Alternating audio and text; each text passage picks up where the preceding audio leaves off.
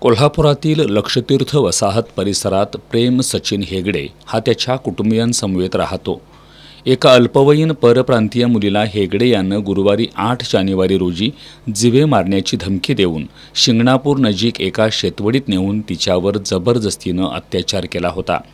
पुन्हा शनिवारी त्यानं पीडितेला मनेरमाळा परिसरात नेऊन तिच्यावर जबरदस्तीनं अत्याचार केलाय. अत्याचाराचा प्रकार समोर आल्यानंतर अल्पवयीन मुलीच्या नातेवाईकांसह इतरांनी शनिवारी रात्री हेगडे याला अटक करण्याची मागणी करत लक्ष्मीपुरी पोलीस ठाण्याच्या आवारात मोठी गर्दी केली होती.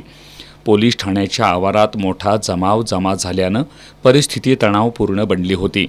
गृह पोलीस उपाधीक्षक तानाजी सावंत यांनी तात्काळ लक्ष्मीपुरी पोलीस ठाण्यात येऊन संतप्त जमावाला शांत करत संशयित आरोपी हेगडे याला अटक केल्याची माहिती दिली. यानंतर परिस्थिती पूर्वपदावर आली. संशयित हेगडे याला आज न्यायालयात हजर केला असता न्यायालयानं त्याला 22 जानेवारीपर्यंत पोलीस कोठडी सुनावली आहे. पोलीस निरीक्षक श्रीराम कन्हेरकर यांच्या मार्गदर्शनाखाली पोलीस उपनिरीक्षक खंडू गायकवाड अधिक तपास करतायत.